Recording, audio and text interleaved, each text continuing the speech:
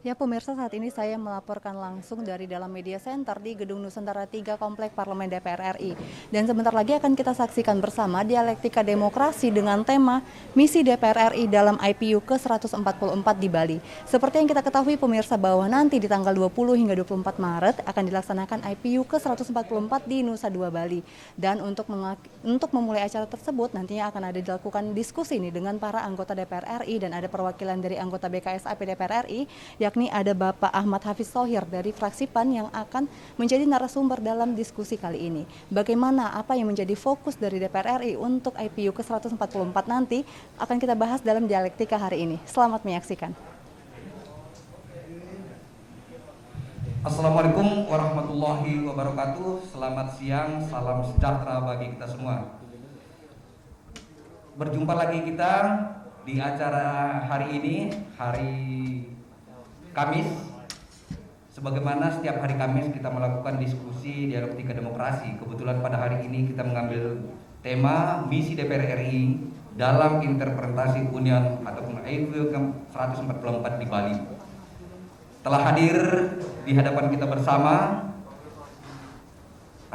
Wakil Ketua BKSAP Insinyur Haji Ahmad Hafiz Thohir dari fraksi PAN. Selamat datang Pak, selamat siang.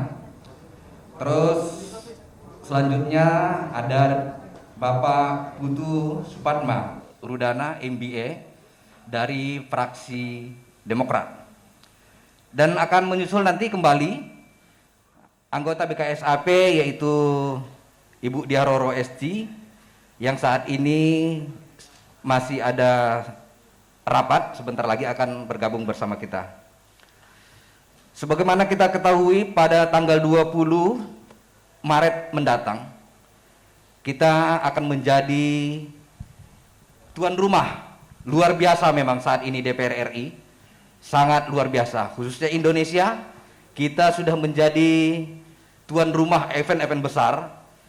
Bagaimana kita tahu kemarin baru ada G20, terus ini akan ada lagi di kampung saya kebetulan MotoGP di Mandalika, yang akan berlanjut lagi tuan rumah IPU. Kita tahu bahwa IPU itu berjumlahkan ratusan negara. Mungkin teman-teman sudah tahu juga bahwa IPU adalah organisasi dunia yang mewadahi parlemen dan berbagai negara di dunia yang didirikan pada tahun 1889 dan saat ini sudah beranggotakan 178 parlemen nasional. IPU juga mempunyai visi dan misi antara lain memperkuat parlemen, anggota parlemen dalam memproseskan perdamaian, demokrasi dan pembangunan berkelanjutan serta memperjuangkan perdamaian. Kebetulan saat ini IPU itu akan mengangkat tema tentang isu perubahan iklim. Namun bagaimana persiapan sebagai tuan rumah ini yang akan kita tanyakan nanti, dan apa-apa tema yang akan dibahas nantinya mungkin ini akan berkembang, disampaikan, dipaparkan oleh ketiga narasumber kita. Mungkin untuk pemaparannya mungkin terlebih dahulu dari Pak Thohir kali Pak ya. Ya, silakan Pak. Mulai dari persiapan kita bagaimana, tema-tema apa yang akan dibahas nantinya.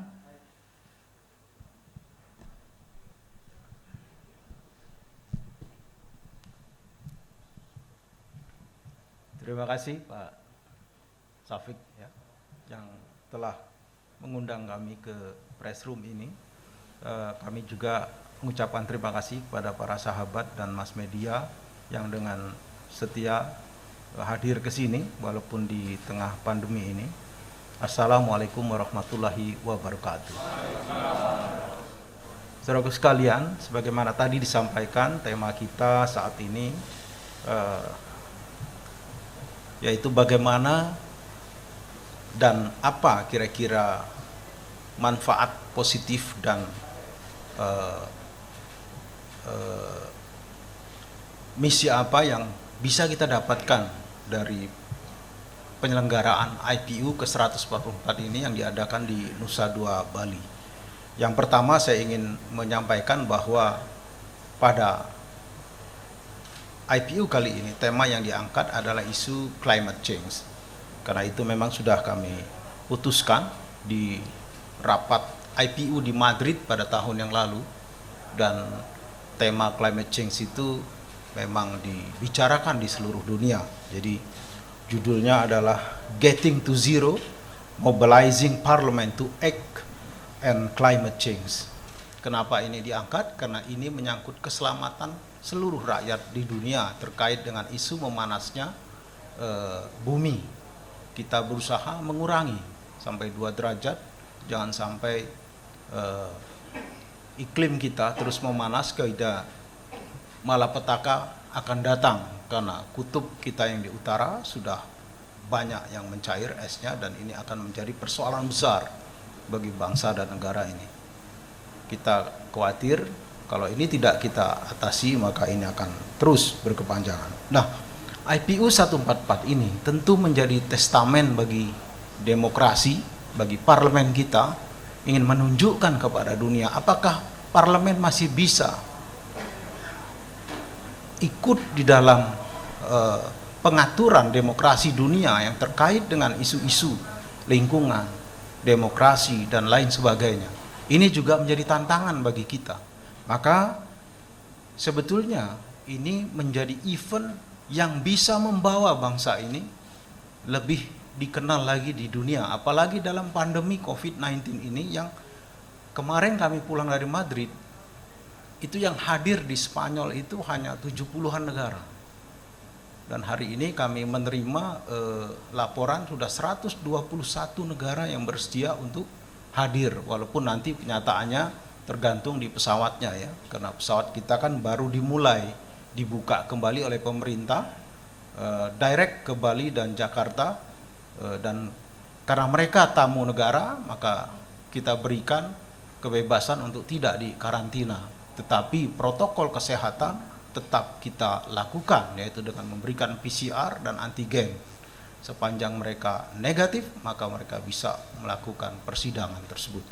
Saudaraku sekalian, ada 4 agenda yang dibahas nanti dalam IPU.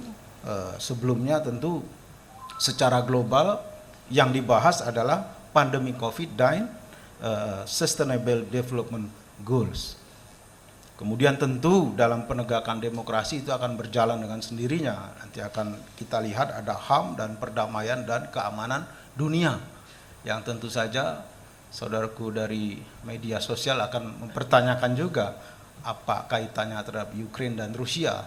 Saya kira kita tidak membahas itu, tetapi tidak mungkin hal tersebut tidak disampaikan nanti dalam IPU, karena menyangkut isu yang seksi dan menyangkut keamanan dunia saat ini. Jadi terus sekalian, di agenda utama tidak membahas itu, tetapi tidak tertutup kemungkinan orang akan meminta itu dibahas. Tergantung nanti kekuatan daripada beberapa negara yang akan mengajukan. Dari 4 poin dalam IPU ke-144, yang pertama tentu saja kenaikan global 2 derajat Celcius, yang mendorong upaya untuk menjaga kenaikan di bawah 1 derajat Celcius. Itu materi yang pertama akan kita bahas terkait dengan climate change tadi. Yang kedua tentu saja bagaimana negara-negara bisa meningkatkan kapasitasnya untuk beradaptasi terhadap efek perubahan iklim ini. Seperti kita ketahui, kita sudah sama-sama melihat bahwa ada carbon tax ya, ada juga terkait dengan isu pencemaran lingkungan, di mana kita dibebani pajak yang tinggi jika kita menaik pesawat dan lain sebagainya. Itu juga tentu akan menjadi persoalan di bangsa-bangsa ini. Apakah nanti ekonomi itu berlangsung seperti biasa atau mengalami perubahan yang signifikan. Dan kita juga Indonesia sudah menyikapi ini. Kami di Komisi 11 sudah membuat undang-undang tersebut terkait dengan karbon. Yang ketiga tentu menjaga alur pendanaan agar sesuai dengan pembangunan berkelanjutan yang mendukung penurunan emisi karbon. Saudaraku sekalian, tidak tertutup suatu saat nanti kalau saudaraku sekalian mengajukan kredit ke bank, maka bank tersebut akan meminta akses green perusahaan kita. Maka dari itu ini penting untuk kita bahas bersama. Jangan sampai nanti kredit yang kita minta kepada bank itu mencemari lingkungan dan pasti akan tertolak karena ujung-ujungnya di audit lingkungan akan masuk ke sana. Karena kita keterkaitan dengan pendanaan dunia, tentu saja kita juga mengikuti apa yang dipersyaratkan oleh IMF, World Bank dan lain sebagainya, termasuk institusi keuangan di dunia. Yang keempat tentu saja mengukuhkan kepemimpinan Indonesia dalam aksi perubahan iklim dan membangun kemitraan dan solidaritas global. Jadi ini kata pemancing kami dalam 4 isu tersebut yang akan dibahas. Tentu saja ini akan terus berkembang pada isu ini, termasuk dengan hak asasi manusia, security dan keamanan dunia.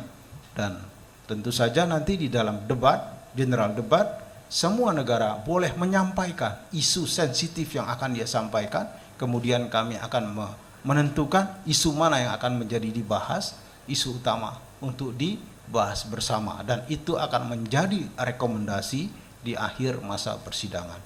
Jadi ini dulu yang saya sampaikan, nanti kita bisa berkembang lebih dalam kembali. Terima kasih, moderator. Ya, terima kasih kepada Pak Hafiz, berikan aplaus. Selanjutnya ke Pak Putu, kebetulan beliau adalah salah satu anggota BKSAP yang juga tuan rumah penerima manfaat dampak langsung dari IPU. Kita kira apa keuntungan Pak khusus untuk warga Bali selain apa tadi yang dipaparkan yang tadi itu Pak tentang IPU ini Pak? Terima kasih moderator dan juga rekan-rekan media yang tentu saya banggakan selalu. Tadi sudah disampaikan dan dipaparkan oleh sahabat saya, Bapak Hafiz Dhohir, mengenai isi, esensi, dan juga apa-apa saja yang dibahas dalam IPU Assembly yang ke-144 ini, tanggal 20 Maret sampai 24 Maret 2022. Pertama yang saya harus highlight adalah ini adalah kerja bersama Dewan Perwakilan Rakyat Republik Indonesia atau Parlemen Indonesia. Karena apa? Pertama, tantangan pandemi ini membuat situasi tidak menentu selama 2 tahun terakhir. Jadi bagaimana kita semua ingin memberikan kontribusi dan solusi yang terbaik untuk pemulihan secara khusus ekonomi nasional, dan yang terpenting memang kalau kita melihat Bali, NTB, NTT, ya, di situ adalah pusatnya untuk kepariwisataan Indonesia bagi wisatawan mancanegara. Yang kedua, kita juga sangat beruntung kita menjadi presidensi Assembly IPU ke-144, ketua DPR kita akan memimpin, dan tentu kami, saya dan Pak Hafiz, juga ketua BKSAP Bapak Dr. Fadlizon, memang yang selama ini berusaha selalu untuk menggaungkan, mengkomunikasikan, berbicara dengan semua parlemen di seluruh dunia, karena memang tugas Badan Kerjasama Antar Parlemen ini adalah bagaimana membina, mengembangkan dan meningkatkan hubungan antar parlemen Indonesia dan parlemen dunia. Tapi lebih jauh dari itu, kita selalu mengadakan diplomasi dan pertemuan dengan berbagai pihak di luar negeri. Nah, pada saat kami menghadiri sidang-sidang parlemen di dunia, dan juga pada saat kami melakukan kunjungan diplomasi ke berbagai negara, di situ kami selalu selipkan agar mereka pertama pada saat pemulihan ekonomi nanti terjadi berkunjung kembali ke Indonesia, karena itu momentum yang baik untuk menyuarakan itu selalu. Dan saya, Bang Hafiz, Pak Fadli selalu menyampaikan hal itu karena memang Indonesia itu begitu luar biasa, dari keindahan alamnya, adat istiadat budayanya, dan juga potensi destinasi yang begitu luhur dan luar biasa.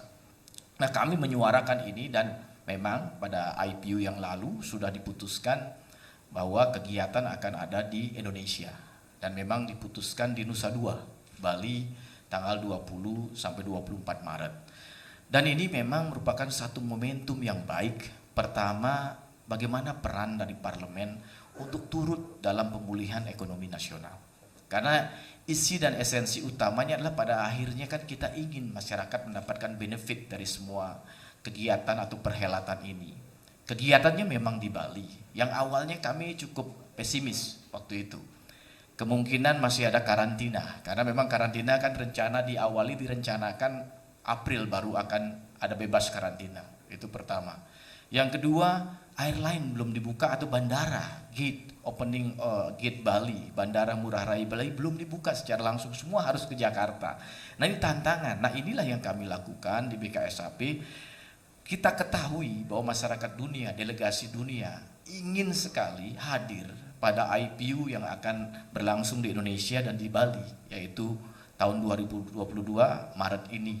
Tapi mereka bingung dan memang kesulitan untuk mencari solusi mengenai bagaimana ini karantina, bagaimana penerbangan ke Indonesia, dan mereka harus transit di Jakarta. Nah kami selalu menyuarakan hal ini pertama dan utama kepada Menko Marves kita bertemu. Bagaimana meyakinkan bahwa di Bali khususnya vaksinasi, kami bertemu rakyat karena saya dari Dapil Bali, sudah 2 kali vaksinasi dan itu semua di atas 100%. Bahkan masyarakat yang dari luar pun divaksinasi. Kedua, booster sudah menembus di atas 20 dan bahkan kemarin saya mendapat laporan 30%.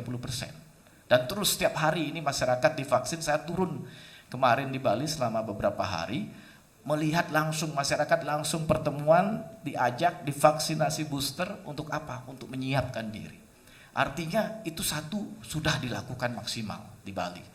Yang kedua, bagaimana penerapan prokes juga sangat maksimal. Bali menjadi satu daerah yang memang sudah melakukan penggunaan masker, penerapan prokes yang maksimal, tentu sangat tepat tempat ini dilakukan. Ketiga, memang Bali sudah siap karena memang kegiatan MICE, bahwa kegiatan konferensi ataupun sidang-sidang dunia memang daerah atau tempat yang memang siap untuk melakukan secara infrastruktur dan masyarakat, support masyarakatnya yaitu Bali. Sehingga tidak salah semuanya, dan kami juga suarakan bahwa pada saat pertemuan itu sudah sepertinya tidak perlu adanya karantina kembali.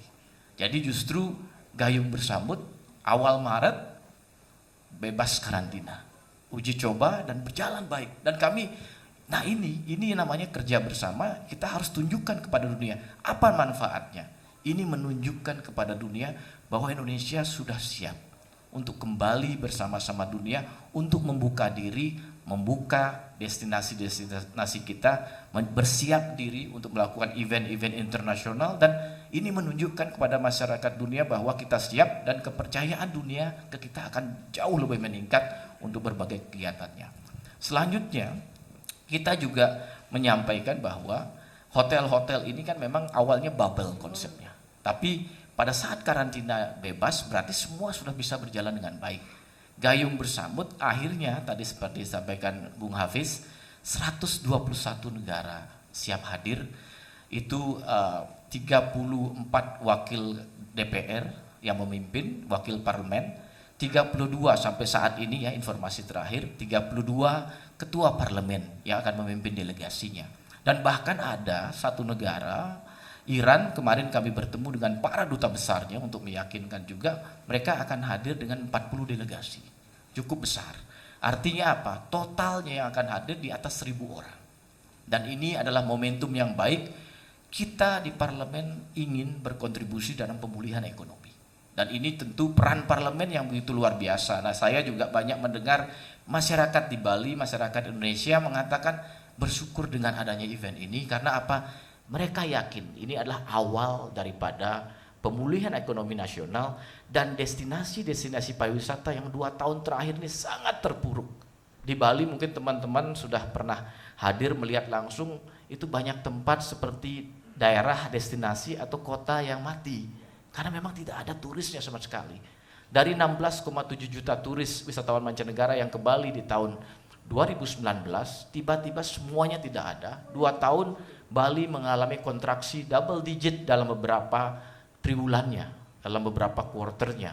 Nah ini berat sekali di Bali, tapi dengan kita memberi solusi ini, kita harapkan ini mengawali pembukaan kepariwisataan nasional. Dan ini momentumnya tepat karena setiap anggota parlemen, speaker parlemen, mereka punya konstituen. Saya yakin mereka juga punya sosial media yang sangat aktif. Nah pada saat mereka akan berkunjung ke Indonesia atau ke Bali, mungkin setelah event tanggal 25 mereka akan terbang juga, mungkin ke Jogja atau ke NTB atau ke NTT, mudah-mudahan mereka juga melihat destinasi lainnya, dan pada akhirnya mereka juga akan menggaungkan, mempromosikan destinasi-destinasi kita. Nah itu isi yang satu lagi yang saya lihat potensi atau kesempatan yang kita harus rebut. Karena di satu sisi ada kegiatan yang tadi disampaikan oleh Bapak Hafiz tentang bagaimana konsep hadir sidang isu dan apa yang diangkat. Di sisi lain manfaatnya untuk masyarakat Bali, manfaatnya untuk masyarakat Indonesia, manfaatnya untuk peningkatan ekonomi dan pemulihan kepariwisataan Indonesia.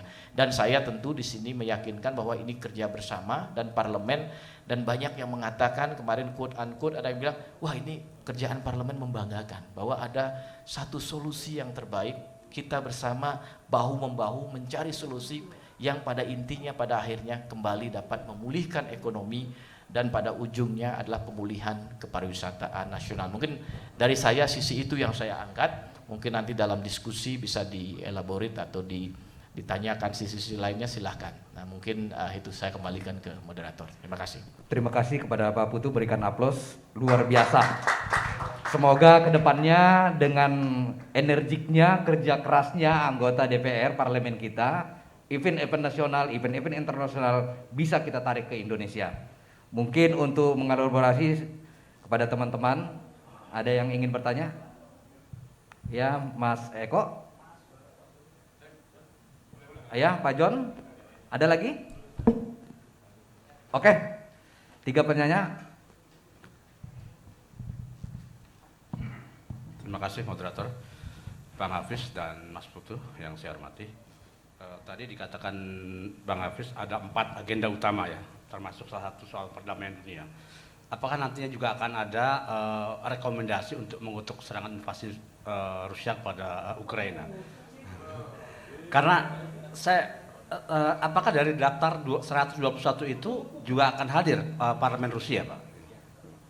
Terus untuk Pak Putu juga, kebetulan Pak Putu di Komisi 6 juga dan Bang Hafiz di Komisi 11. Dampak perang ini kan menimbulkan krisis energi dan krisis pangan, Pak. Apakah juga nanti akan dibahas soal pangan ini? Karena masing-masing negara sedang menyelamatkan diri untuk menimbun pangan ini. Terus khusus untuk Bang Hafiz, terkait dengan kenaikan harga minyak yang sudah mencapai $130 ini, apakah nanti ada dorongan juga untuk merevisi APBN dan asumsi makroekonomi Indonesia? Oke, itu aja, makasih. Ya, lanjut. Pak John. Baik, terima kasih kesempatan yang baik ini. Saya John Octaveri dari Bisnis Indonesia. Bicara climate change itu kan persoalan seluruh dunia. Tadi Pak Hafiz juga ngomong dua-duanya. Nah, persoalan sekarang kan banyak negara itu yang melanggar zona zero emission itu, walaupun kita sudah bersepakat.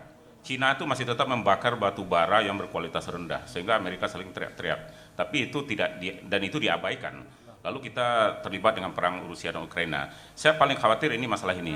Jadi bagaimana sikap Indonesia misalnya untuk konteks ini.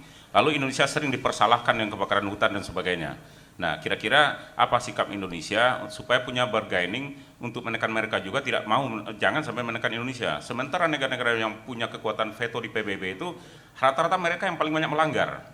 Nah, termasuk juga isu sawit terakhir ini.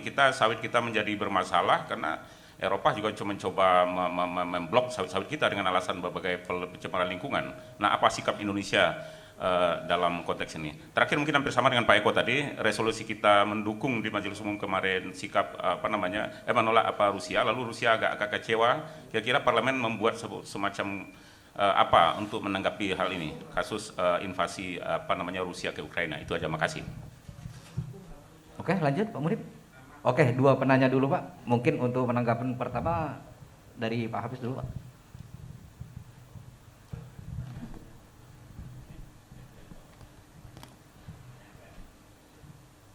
Kasih Pak Eko. Ini dibelok-belokin politiknya ke Rusia juga ini aja. Tadi saya sampaikan bahwa kita di sana tidak mengagendakan membahas Ukraina dan Rusia, yang memang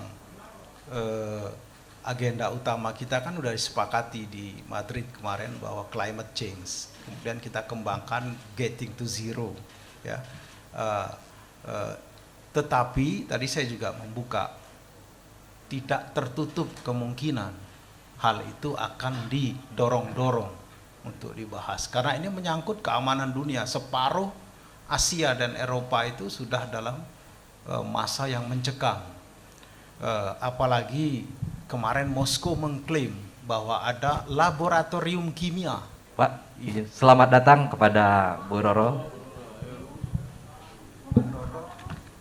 Ya, dilanjut Pak.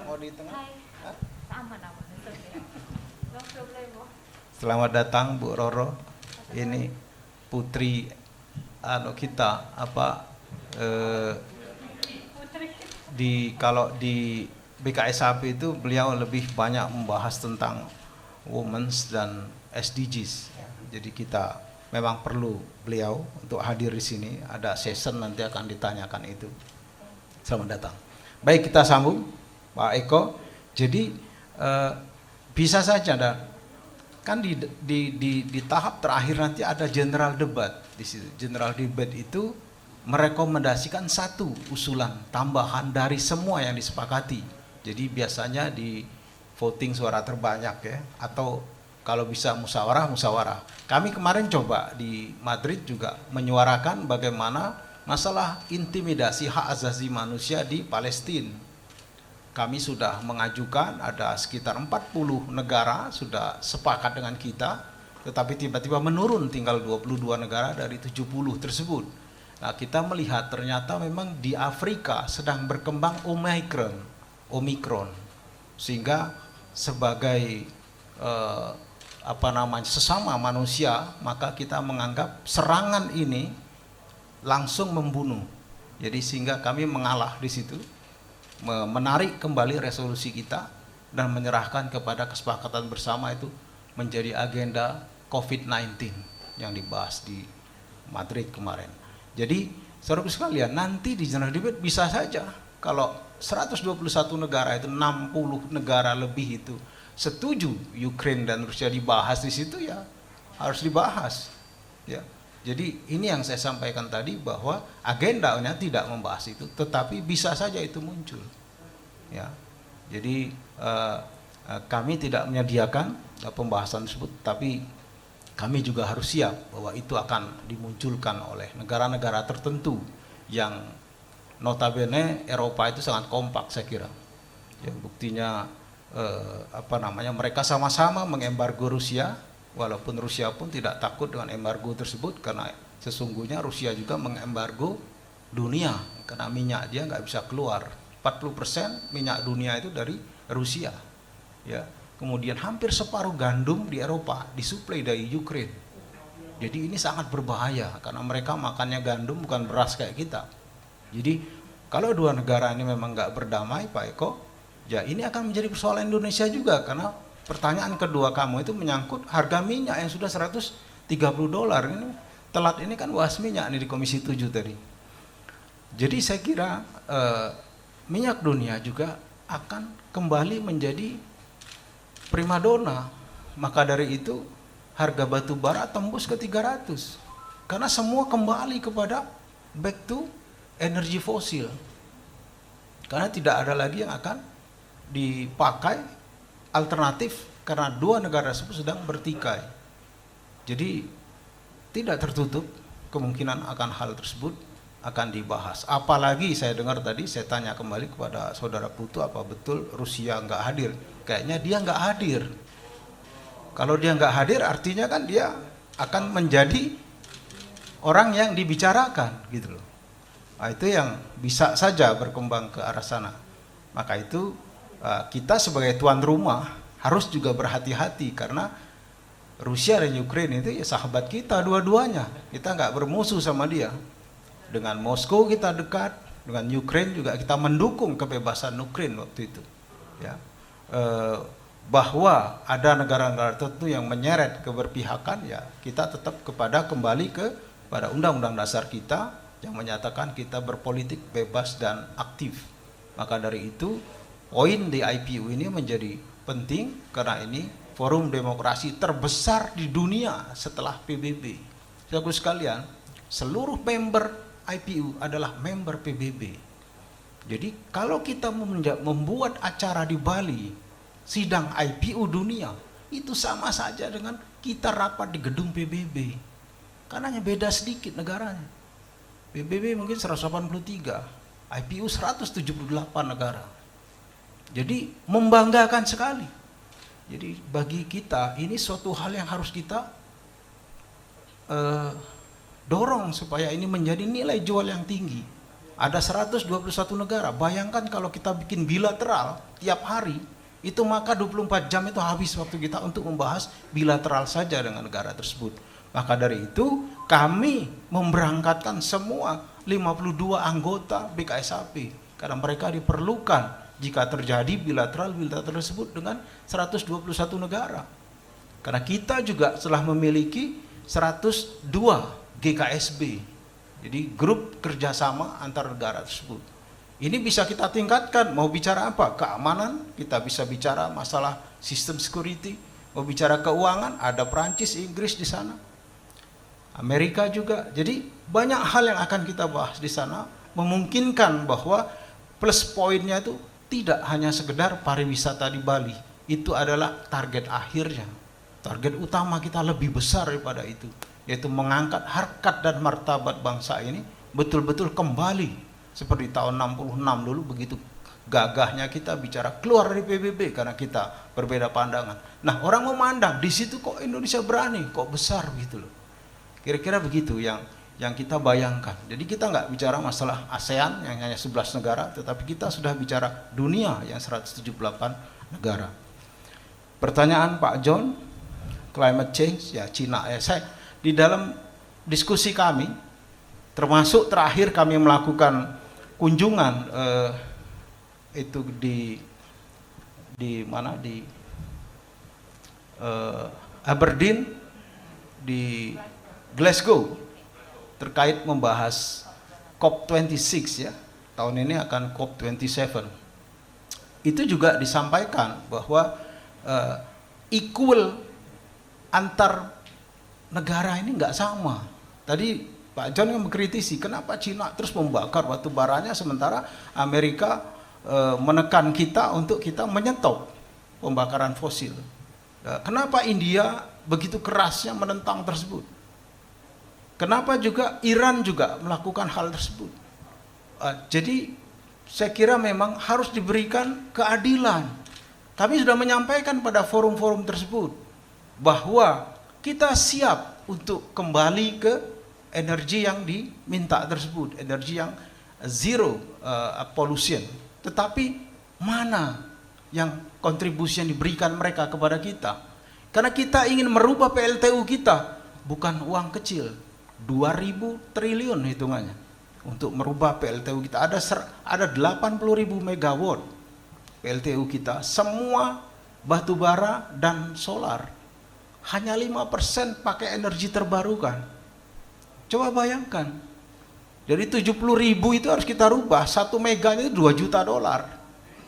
Kali saja, jadi 140 miliar dolar kita harus mengeluarkan uang. Kalau kursnya juga sekitar 14.000, maka 2.000 triliun uangnya itu harus kita sediakan.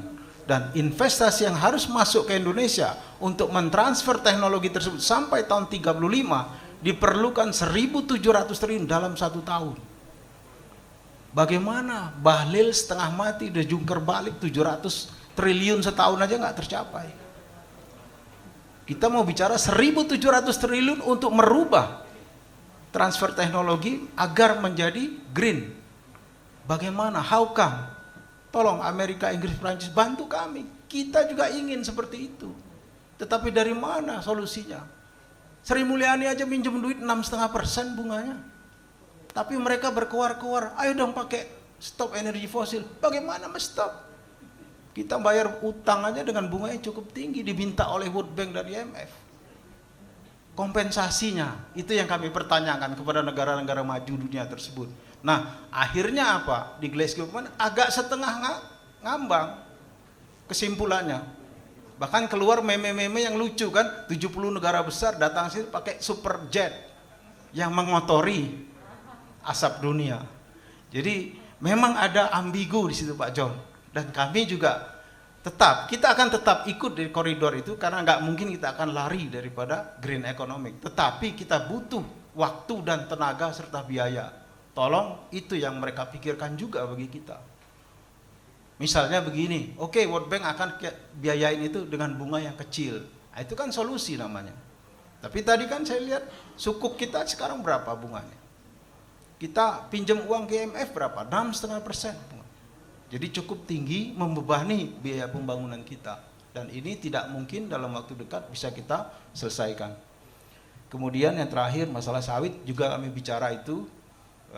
Sawit memang dulu kita membangun di lahan yang bermasalah. Tetapi hari ini kan sudah ada badan audit ya, kalau nggak salah Bu Roro, yang melakukan tiap saat mengaudit lahan-lahan sawit kita, jangan sampai dia masuk daerah yang terlarang. Dan alhamdulillah produk sawit kita sudah mulai dilabeli green ya, sebagian besar. Nah, ini yang kita suarakan di dunia, bahwa kalau dulu memang betul kita ada pelanggaran, tapi hari ini kita sudah mulai dengan sesuatu yang baru. Mari kita bicara hari ini ke depan, jangan melihat ke belakang. Maka dari itu kami selalu memasarkan sawit Indonesia tolong dipakai jika ingin membantu Indonesia keluar daripada persoalan kemiskinan dan juga poverty-nya tersebut. Saya kira ini yang bisa saya sampaikan dari dua pertanyaan tersebut. Silakan Pak Putu mau menambahkan. Oke, sebelum ke Pak Putu mungkin kita berikan kesempatan ke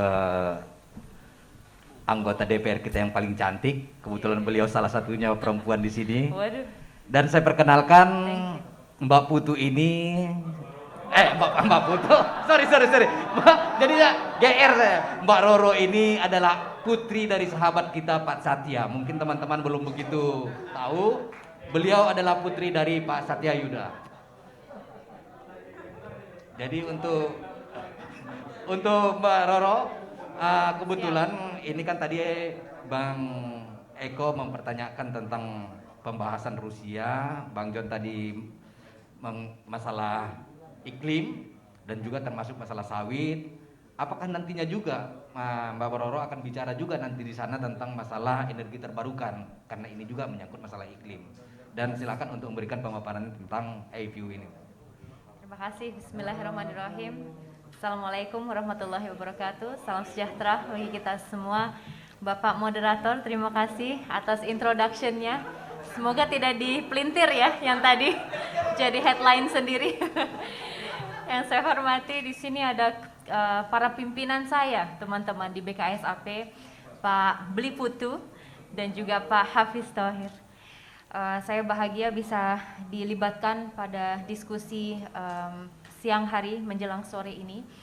Mungkin ada beberapa poin yang ingin saya sampaikan berkaitan mengenai IPU ya, Indonesia sebagai host country, dan sebetulnya ini momentum yang sangat luar biasa, mengingat juga bahwa selain dari IPU, Indonesia adalah host country untuk G20 gitu. Jadi ini momentum yang sangat luar biasa. Dan saya berharap bahwa dari momentum ini kita juga bisa menghasilkan terobosan-terobosan yang pada sejatinya dibutuhkan oleh bangsa. Berkaitan mengenai climate change, yang merupakan tapi setelah saya ketahui bahwa climate change ini merupakan isu utama yang nantinya akan dibahas pada ajang IPU tahun ini di Bali. Dan ini sangat amat besar relevansinya terhadap, tadi Pak Hafiz sudah menyampaikan mengenai COP26, terlebihnya negara Indonesia sebagai negara yang telah meratifikasi The Paris Agreement ya di tahun 2016 waktu itu, diundang-undangkan melalui Undang-Undang Nomor 16 tahun 2016. Kita sudah ratify dengan goal besar untuk mengurangi emisi karbon sebesar 29% dan juga 41% dengan bantuan internasional. Saya ingin mengingatkan juga bahwa 192 negara dan juga EU ya, European Union, itu telah meratifikasi The Paris Agreement. Maka komitmen lintas negara ini sangat amat dibutuhkan untuk bagaimana caranya kita bisa menekankan ataupun mengurangi emisi karbon secara keseluruhan. Kalau kita berbicara mengenai sektor energi, karena kebetulan saya juga latar belakangnya di Komisi 7 yang membidangi energi, riset inovasi dan juga industri, 30% dari total emisi karbon kita itu datang dari sektor energi. Maka saya mohon maaf tadi juga sedikit telat, dan bahkan setelah ini saya harus kembali lagi ke Balek karena kita sedang membahas melakukan harmonisasi mengenai RUU energi baru dan energi terbarukan. Sebagai komitmen besar kita untuk bisa mencapai target besar kita, yaitu adalah 23% EBT pada tahun 2025. Nah, maka banyak sekali hal, PR kita banyak sekali sebetulnya, karena ketergantungan negara Indonesia terhadap energi fosil ini masih tinggi. Kita harus akui bahwa energi fosil atau sektor ini berkontribusi sangat besar terhadap pertumbuhan ekonomi negara Indonesia, dan juga telah menciptakan lapangan pekerjaan yang sangat amat banyak. Maka terciptanya multiplier effect, di mana itu juga sangat relevan terhadap purchasing power daripada setiap masyarakat dan lain sebagainya. Nah, maka dengan kita mendorong transisi, kita mengetahui bahwa transisi ini membutuhkan sebuah proses yang cukup panjang. Bagaimana kita bertransisi dari yang tadinya mayoritas dari misalnya pembangkit listrik kita berdasarkan energi fosil menjadi momentum tersendiri untuk bisa mendorong utilisasi daripada energi terbarukan. Kalau kita lihat para mitra kerja kami juga sangat komit gitu ya, baik itu dari Kementerian SDM-nya sendiri untuk mendorong percepatan daripada energi terbarukan. Kita melihat ada beberapa hal yang dilakukan dengan implementasi dari PLTS rooftop ataupun pembangkit listrik yang juga berbasis energi terbarukan saat ini sedang dilakukan rampification ya, MOU-nya juga sedang didorong. Jadi ini komitmen negara kita, realisasi yang sudah dilakukan di lapangan.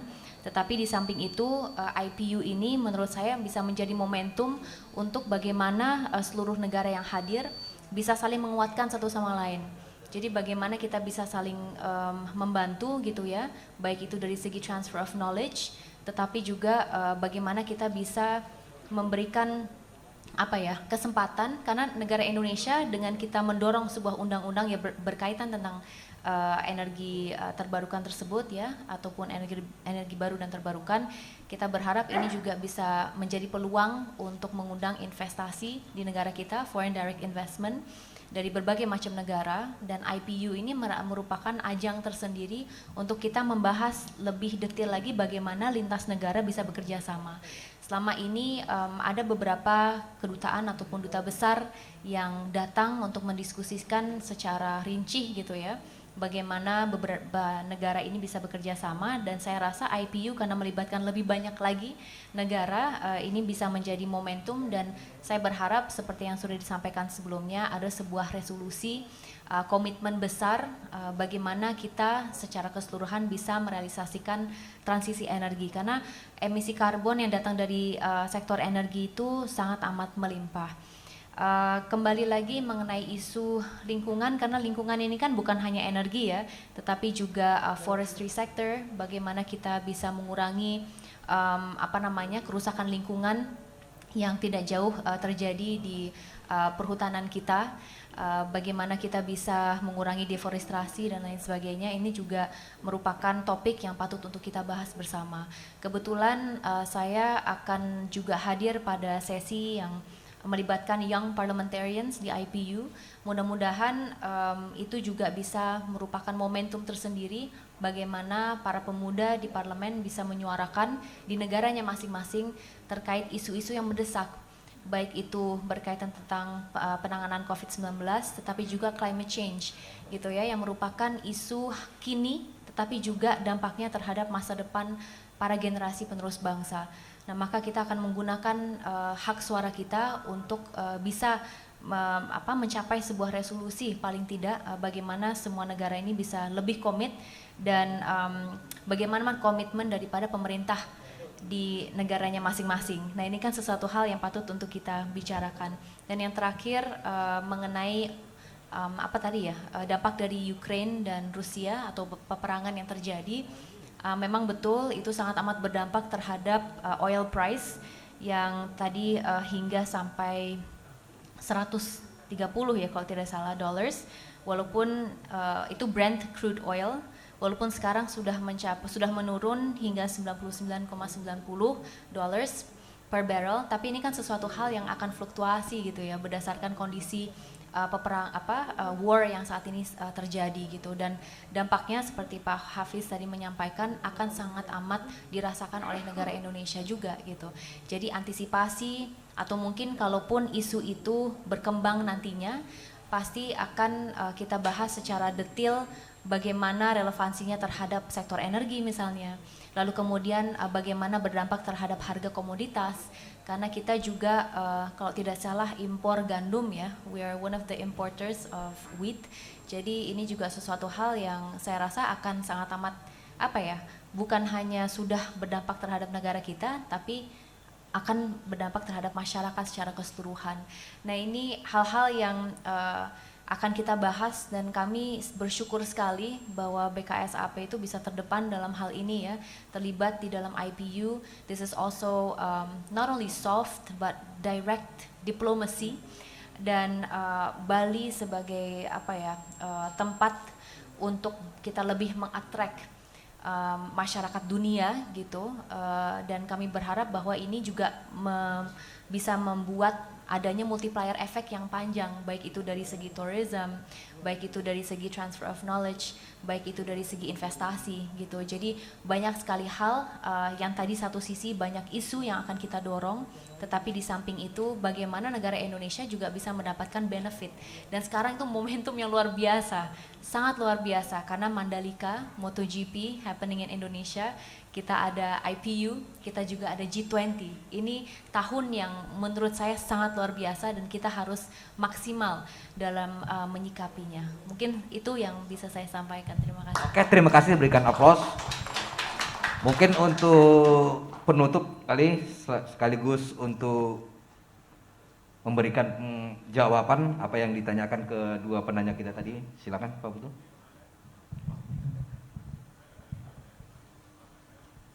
Baik, terima kasih. Kembali saya akan coba memberikan pandangan ya. Jadi sebetulnya tadi sudah kita bahas dan disampaikan, memang ada hal terpenting biasanya dalam IPU ini, yaitu bagaimana ada emergency resolution. Jadi emergency item dan akhirnya juga menjadi emergency resolution. Nah itu pun bisa berkembang dalam isu-isu tadi, mungkin dalam hubungan yang terjadi, mungkin menyangkut perdamaian di Eropa Timur yang terjadi perang antara Rusia dan Ukraina, juga bisa isu tentang energi, juga isu tentang krisis pangan. Jadi artinya di emergency items ini juga akan dibahas, tapi dalam diskusi panel, dalam workshop, dalam Young Parliamentarian akan disentuh, dalam Women Parliaments Forum akan disentuh. Jadi nanti betul-betul kegiatan ini cukup padat dan akan melibatkan seperti tadi Young Parliamentarian, Women Parliamentarian. Jadi bagaimana ada pertemuan bilateral antara negara dan negara, itu 121 negara, begitu cukup banyak. Nah, saya ingin menggarisbawahi satu hal. Indonesia ini betul-betul negara dalam konsep implementasi.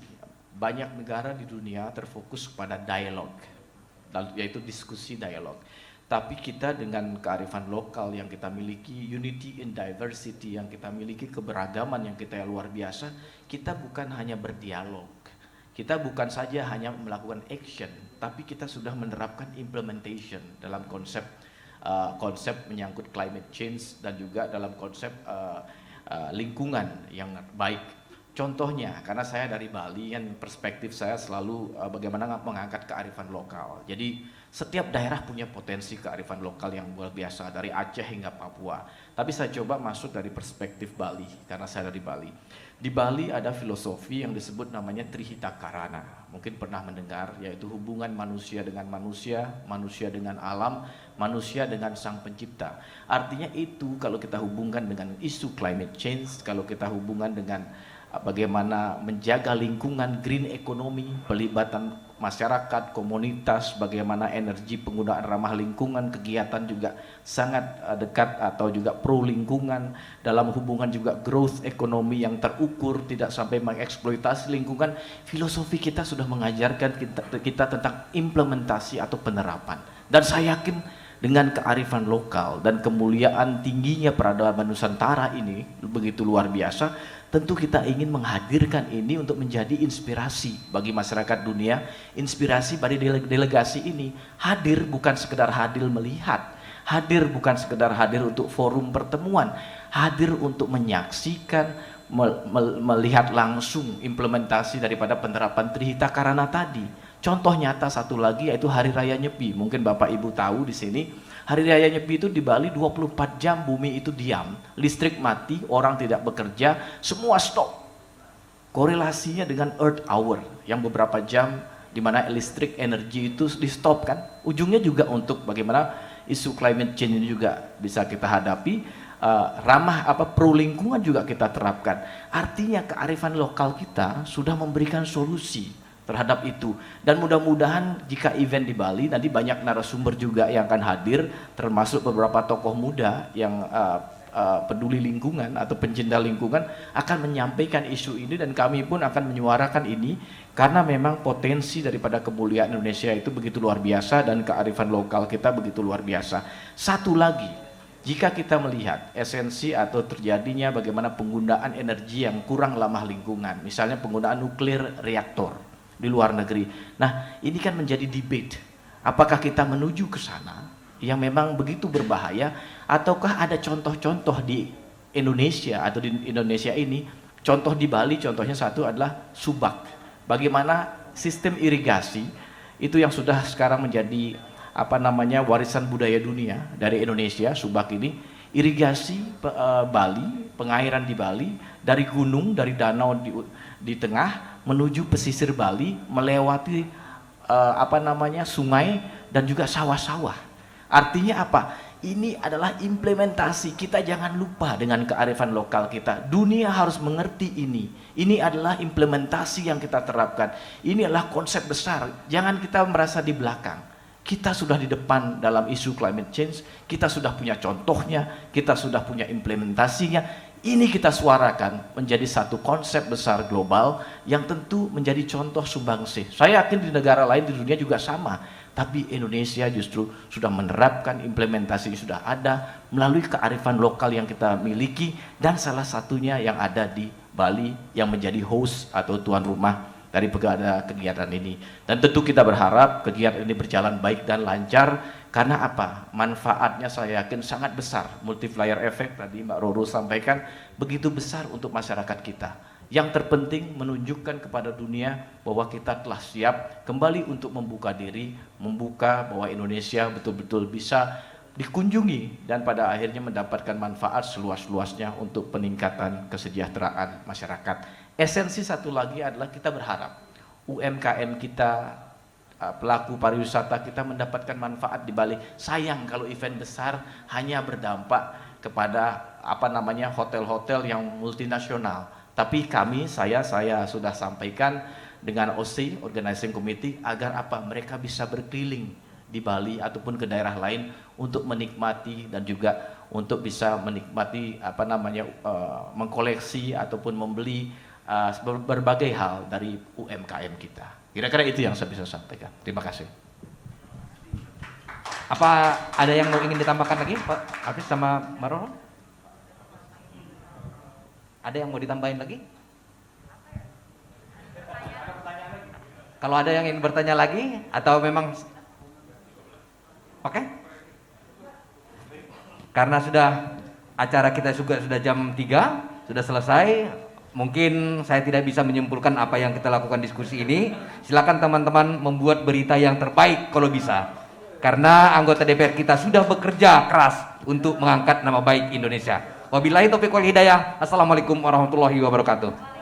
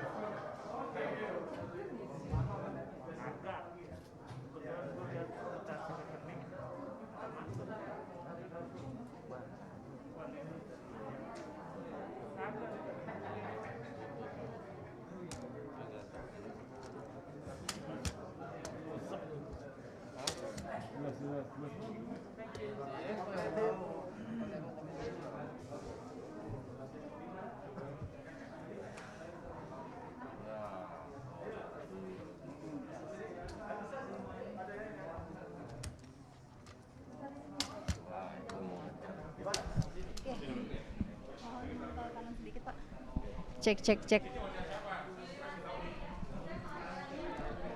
Cek. Jadi apa namanya? Tentang- Masing-masing kan sudah punya ini perspektif sendiri-sendiri. Oke, ya. Baik pemirsa, tadi telah kita saksikan jalannya dialektika demokrasi terkait dengan IPU ke-144 di Bali, dan saat ini saya sudah bersama dengan salah satu anggota BKSAP, Bapak Putu Supatmarudana. Dan Bapak, bagaimana terkait fokus dari IPU ke-144 di Bali nanti, Pak? Baik, terima kasih. Jadi memang kita harus mengacu kepada tema. Tema kita adalah Getting to Zero, Mobilizing Parliament to Act on Climate Change. Jadi isu climate change atau perubahan iklim ini menjadi isu yang penting dan kritis pembahasannya di IPU. Karena memang tantangannya begitu besar.